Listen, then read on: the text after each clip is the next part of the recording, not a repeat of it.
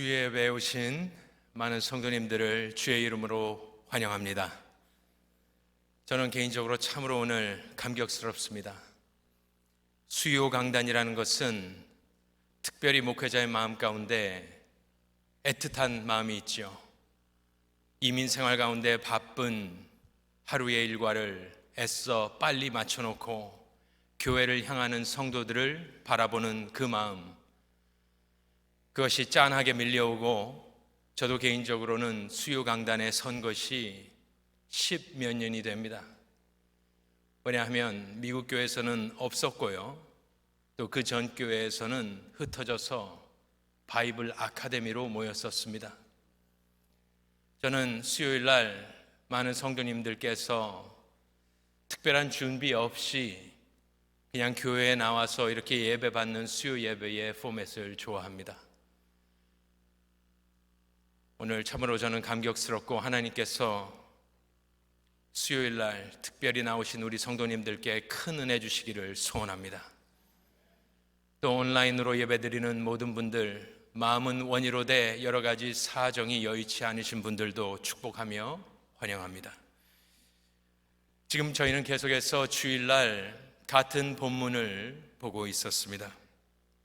오늘 제가 전하고 싶은 말씀은 지난주 주일 다 전하지 못한 말씀을 잠깐 나눌까 합니다.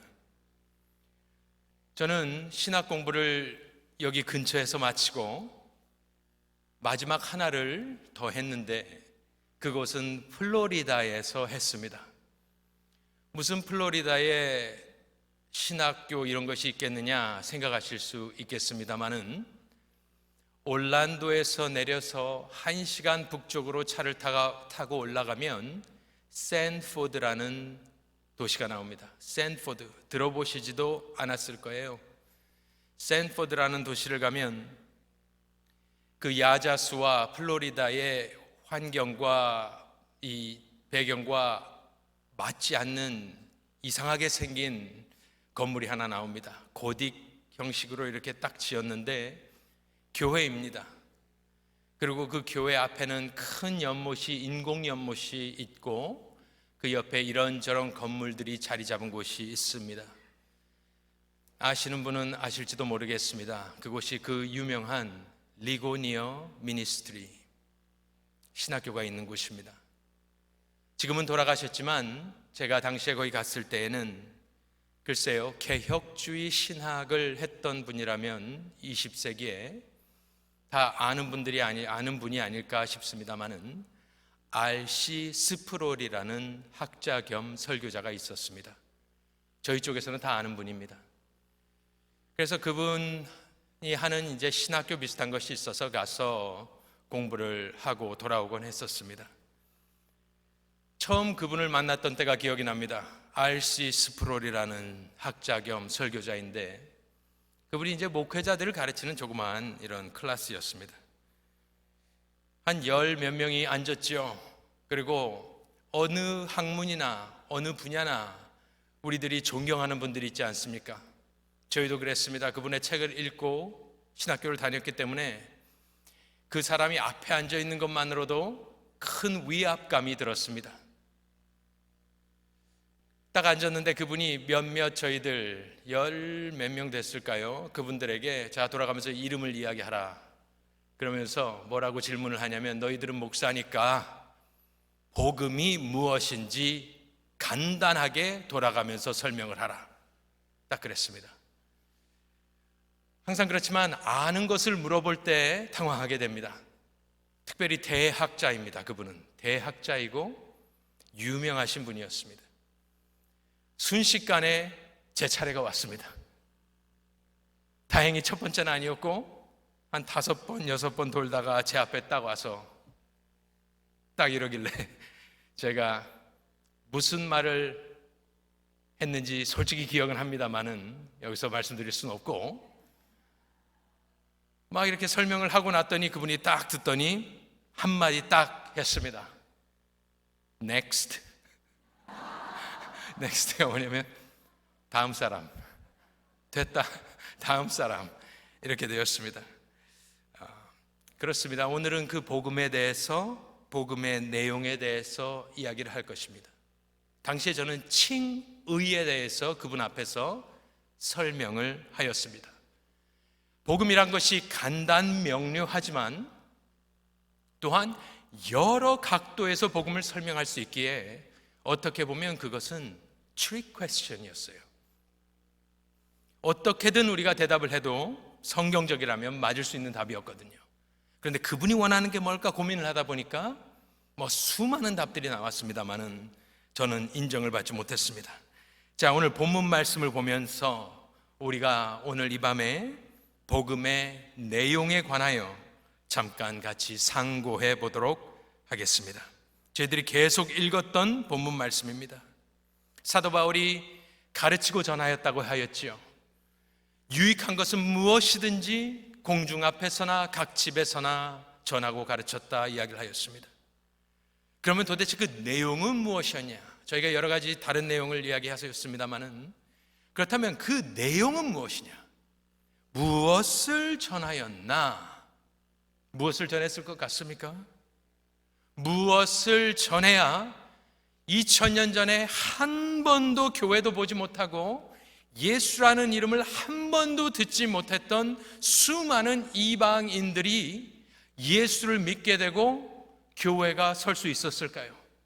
무엇을 하였을까요? 무슨 내용을 전했을까요?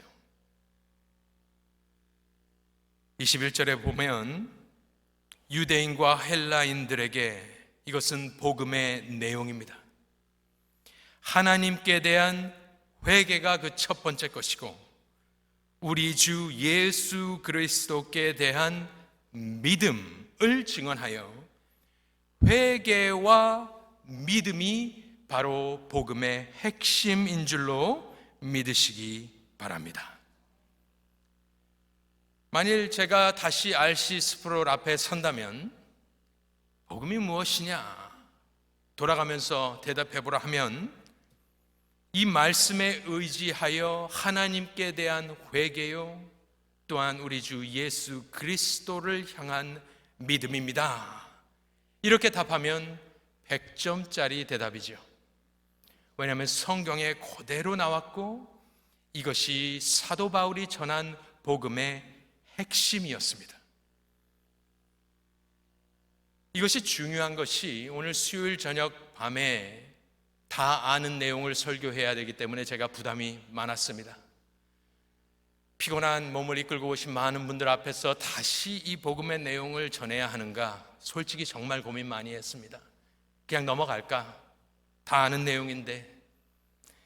그런데 하기로 한 이유는 우리가 삶을 살다 보면 책을 읽거나 설교를 듣거나 때로는 선교를 갈 때 우리가 종종 다른 분들과 섞여 사역을 할 때가 있지 않습니까? 선교를 가면 다른 교회에서 온 선교팀과 섞일 때도 있습니다.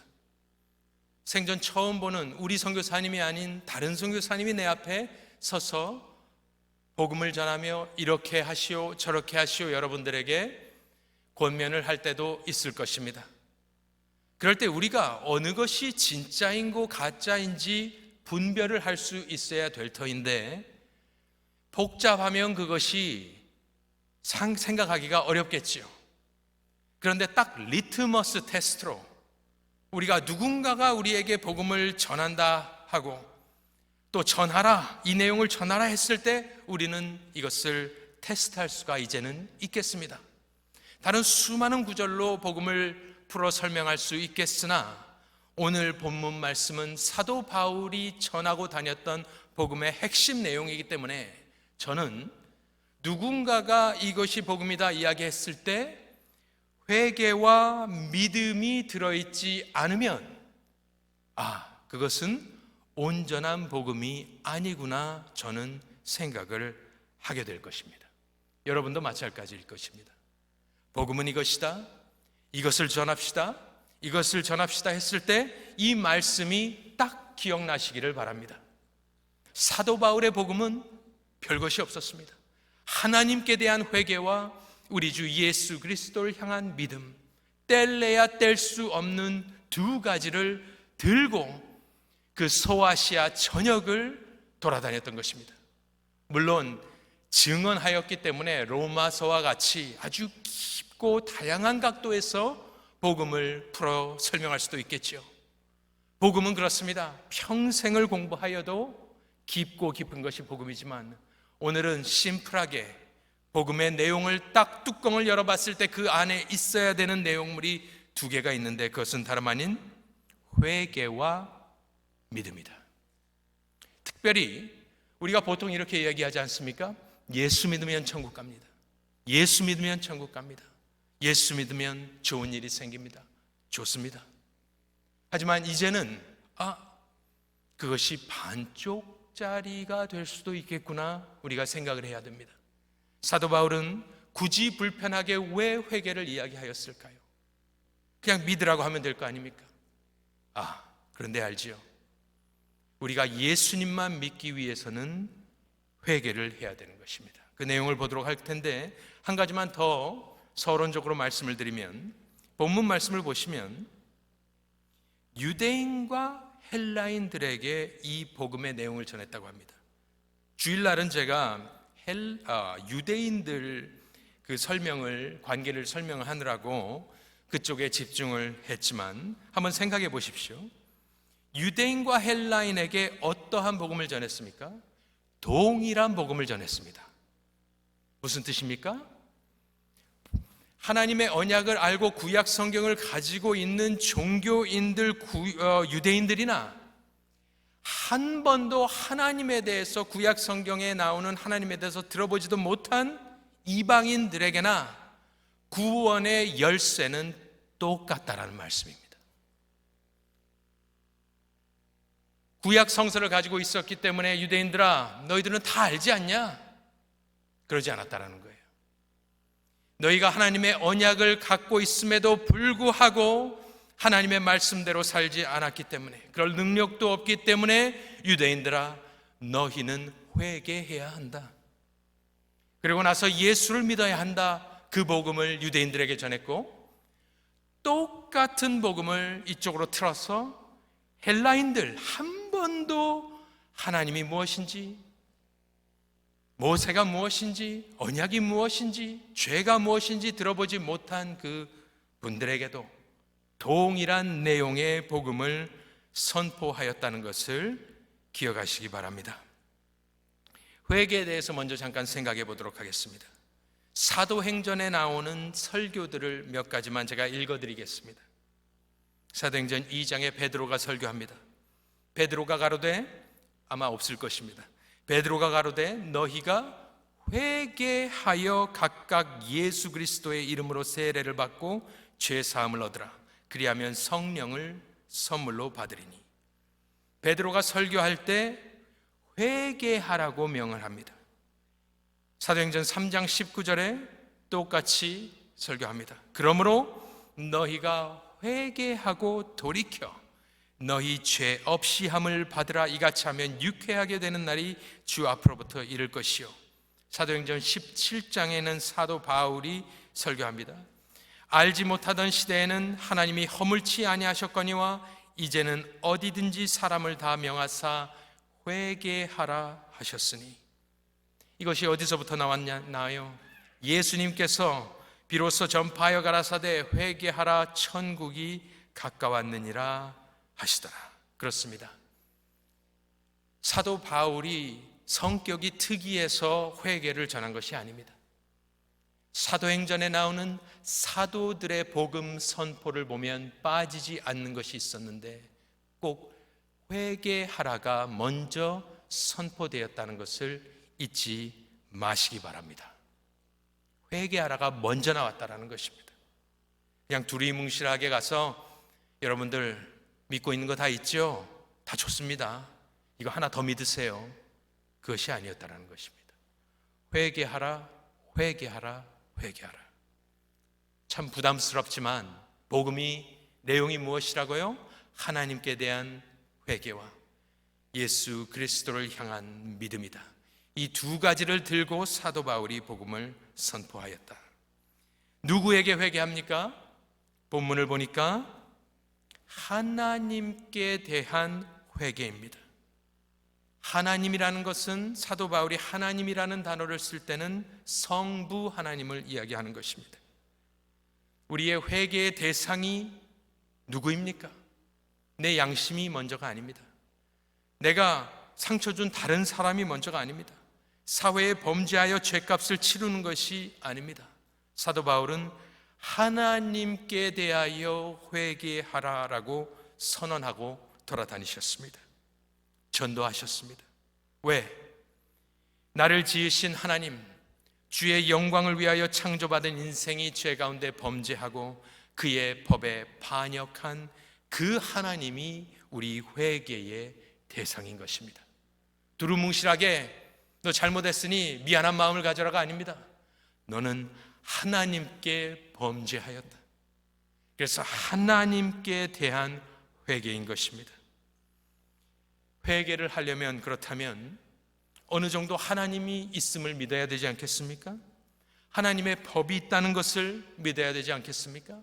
하나님의 성격, 거룩하심을 믿어야 되지 않겠습니까? 그렇기 때문에 성경적으로 이야기하면 믿음이 회개에 선행하게 되는 것입니다. 사람이, 영적으로 죽은 사람이 혼자 힘으로 회개할 수는 없는 것입니다.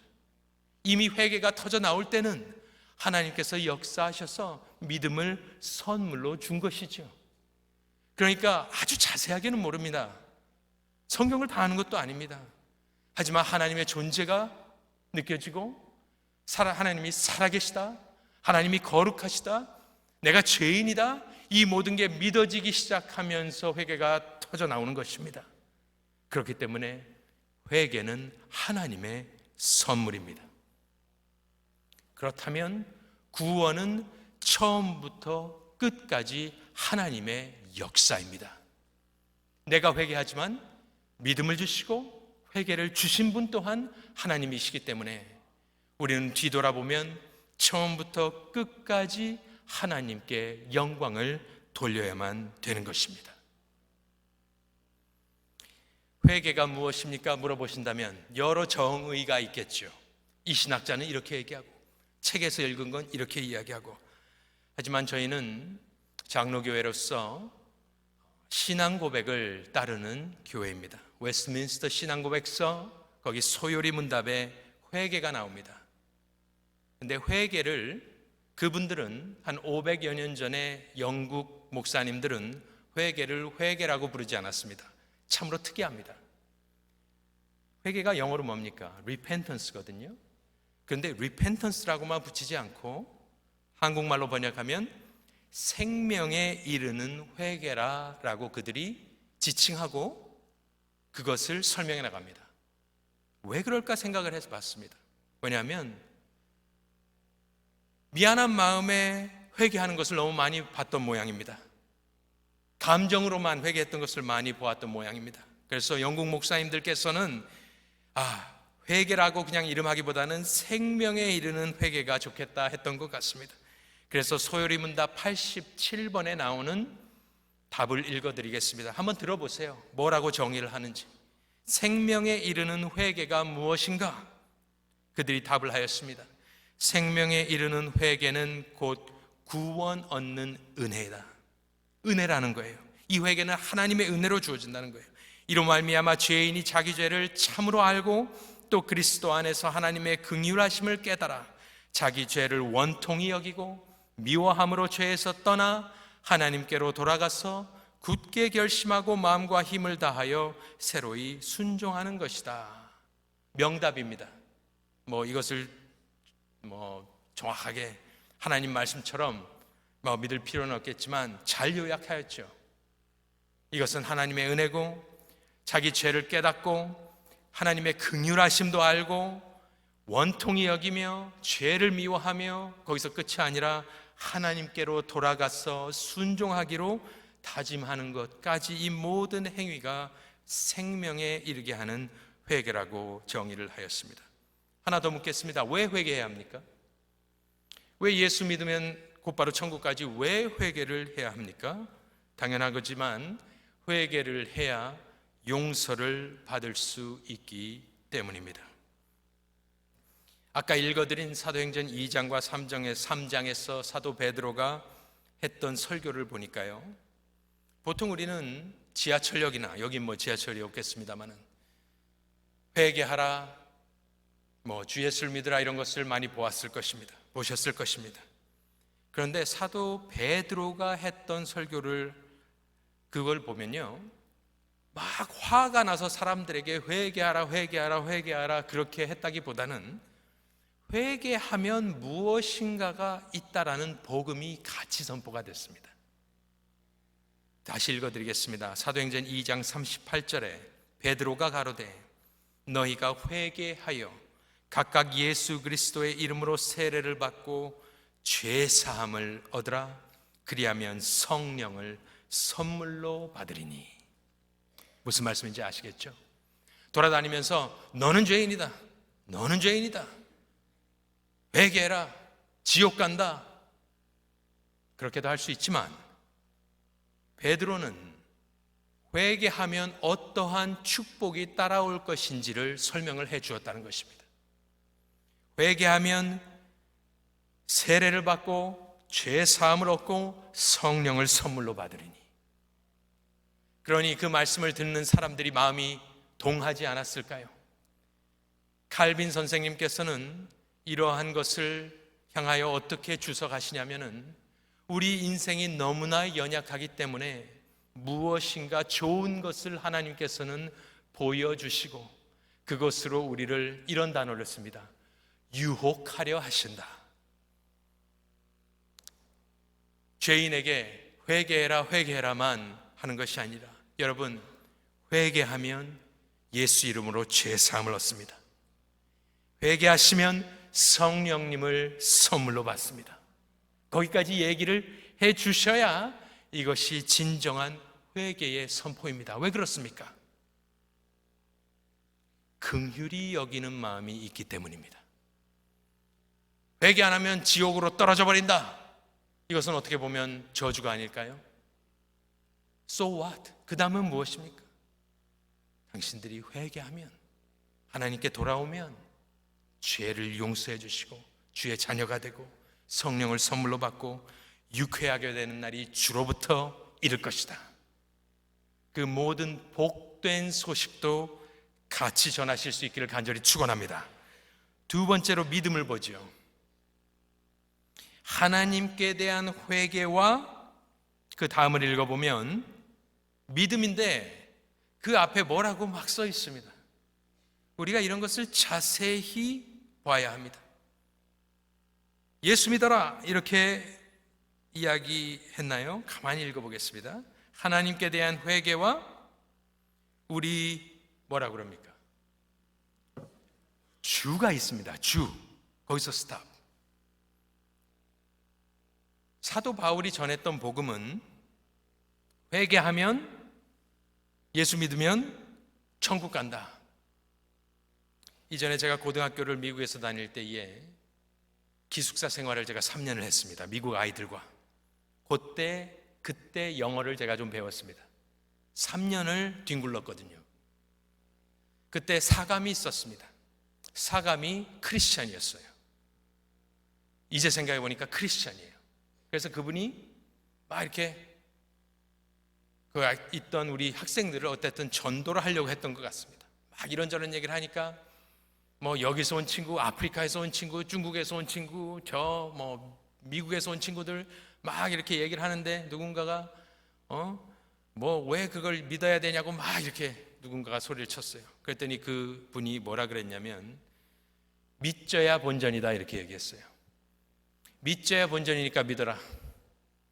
그냥 믿고 그냥 아무렇게나 살아라.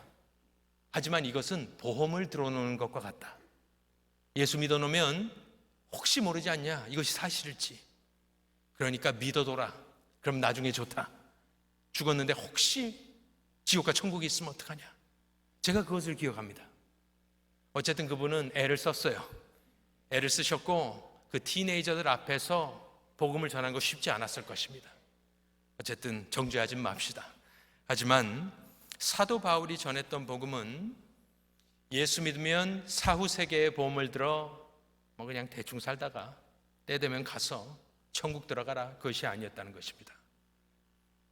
우리 주 예수 그리스도께 대한 믿음입니다. 예수 그리스도는 구원의 이름입니다. 죄를 사하여 주시는 그 이름입니다. 하지만 사도 바울은 그 구세 주를 따로 분리하지 않았습니다.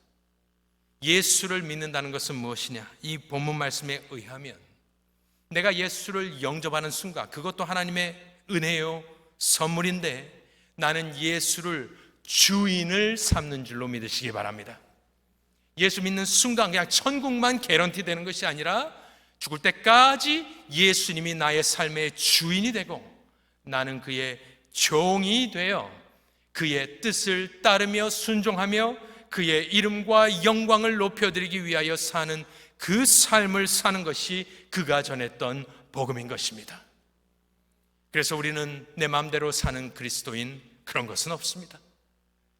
어떻게 부족하든지 우리가 주 예수께 머리를 조아리고 당신이 나의 삶의 주인입니다.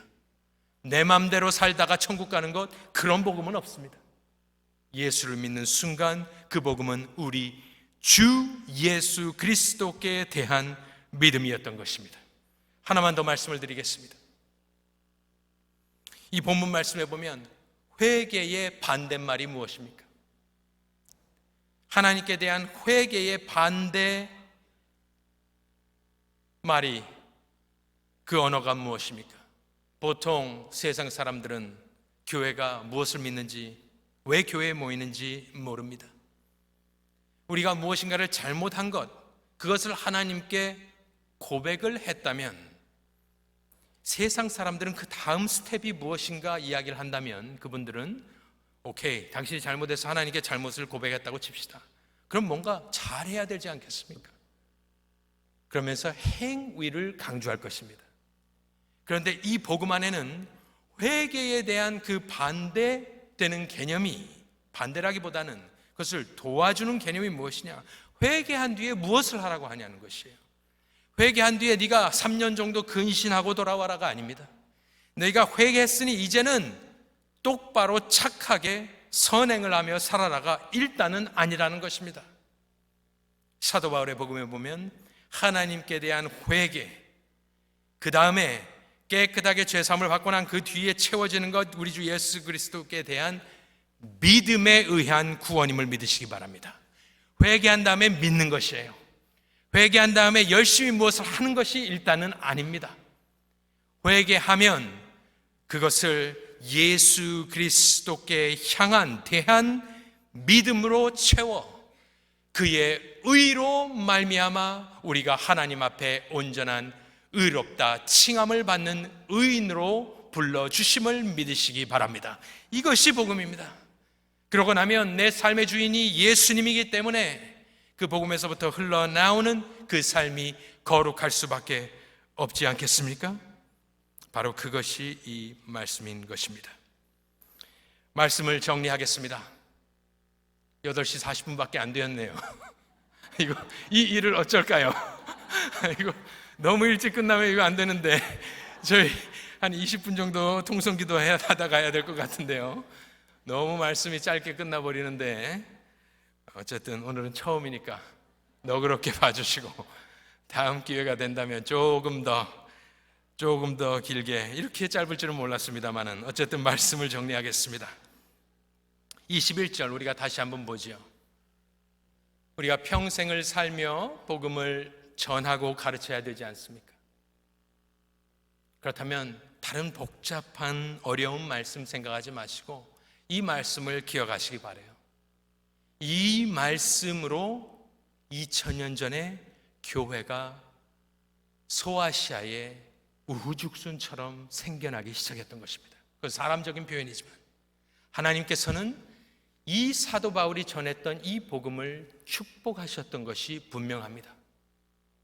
한 번도 교회고 예수고 언약이고 천국이고 죄사함이고 들어보지 못했던 그 2000년 전에 소아시아의 사람들, 그 사람들을 예수 믿게 만들고 교회에 헌신하게 만들고 장로님들이 되게 만들고 더 나아가서는 순교하게 한 힘이 어디에 있습니까?